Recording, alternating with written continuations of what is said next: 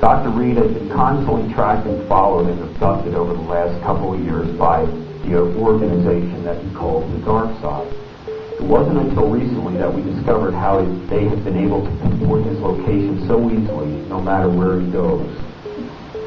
The object in the scanned photos, as you'll see up there, the first photo is Dr. Reed's tooth. This front tooth, which is now missing, still missing. We had it removed. On the bottom, when we broke the tooth apart from the big two pieces, there's a transponder there that's made of glass and ceramics. And it piggybacked on his cell phone, so that every time he put the phone on his mouth, they knew where he was. It was a cat tooth. The idea on the right-hand side will give you an idea of its actual size in millimeters, and then in relation to some change, common dimes or pennies. It was extremely difficult to locate this object with X-rays or other such technology because it was so small and contained very little metal content. It appeared to be primarily constructed of glass and ceramic.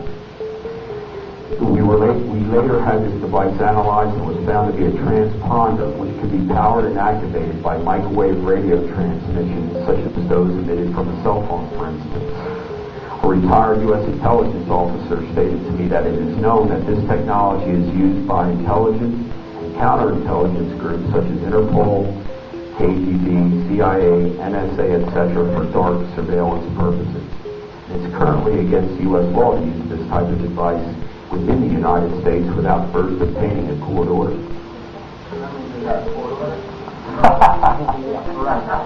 Just like they had a court order to kill all these people. I think that I don't believe that there's a court order. It's at least not in the public domain.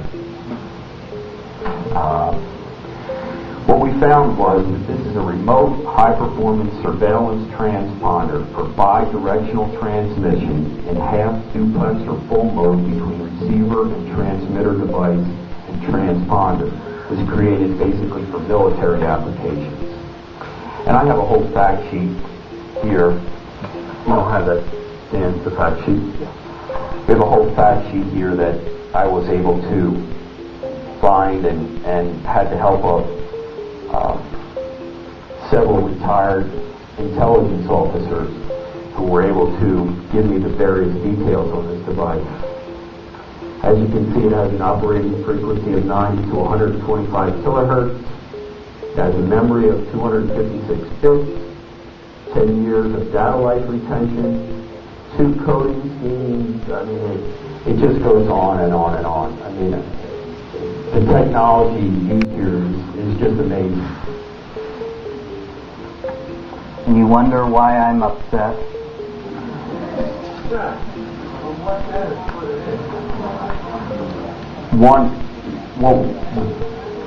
The best we can figure is that in October, November, Dr. Reed disappeared from the face of the map again, and we were all very concerned. And he was gone for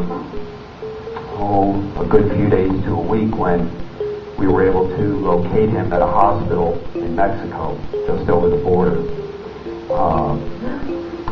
When we got down there, he was a hospital, but it was really a clinic. If you've ever been to Mexican border towns, they probably don't have hospitals as we think of them. But it was a clinic, it was dirty, it was nasty, and that's where we found him. Drugged, disoriented, beaten up again. And when we brought him back, this is what we found. So I don't have the name of the dentist to put that in. Dr. Mengele, perhaps.